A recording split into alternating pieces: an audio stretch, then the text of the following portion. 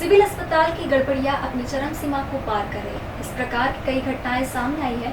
Corona के उपचार के दौरान 11 दिन पहले सिविल में बमरोली की वृद्धा की मौत हो गई, जिससे पुत्र को गुरुवार को कंट्रोल रूम से कहा गया कि आपकी मां की तबीयत स्टेबल है, इन्हें स्वस्थ करने का प्रयास चल रहा है। इस तरह का फोन आने पर वह आश्चर्यचकित हो गया था। यह सुनकर वृद्ध मां के बेटे को एक बार तो ऐसा लगा कि कहीं मुझे 11 दिन पहले किसी दूसरे शव को तो नहीं दिया गया था।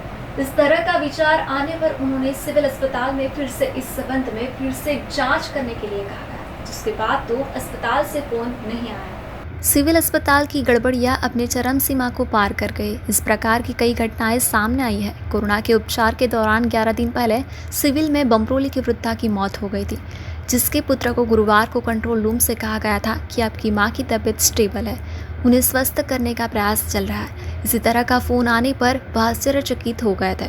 यह सुनकर वृद्ध मां के बेटे को एक बार तो ऐसा लगा कि कहीं मुझे 11 दिन पहले किसी दूसरे का शव तो नहीं दे दिया गया था। इस तरह का विचार आने पर उन्होंने सिविल अस्पताल में फिर से इस संबंध में फिर से जांच करने के लिए कहा गया, जिसके बाद तो सिविल अस्पताल से फोन नहीं आया। बमरोली रोड पर स्थित गीतानगर में रहने वाली रुक्माबेन ज्ञानदेव सूर्यवंशी 18 जुलाई को संदिग्ध कोरोना के लक्षणों से एम्बुलेंस में सिविल में आई थी।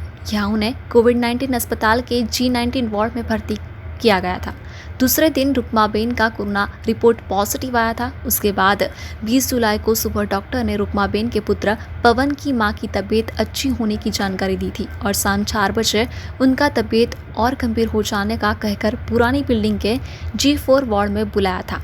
यह रुक्माबेन की तबीयत गंभीर होने का कहकर उनके पास से कागजातों पर हस्ताक्षर करवा लिया था और थोड़े समय के बाद रुक्माबेन की मौत की जानकारी दी गई थी। पवन सूर्यवंशी ने कहा कि गुरुवार को मां रुक्माबेन की मौत को 11 दिन हुए हैं। इस दौरान सिविल के कंट्रोल रूम से एक व्यक्ति का फोन आया था। इस फोन कॉल ने उनके पुराने जख्मों को फिर से हरा कर दिया था।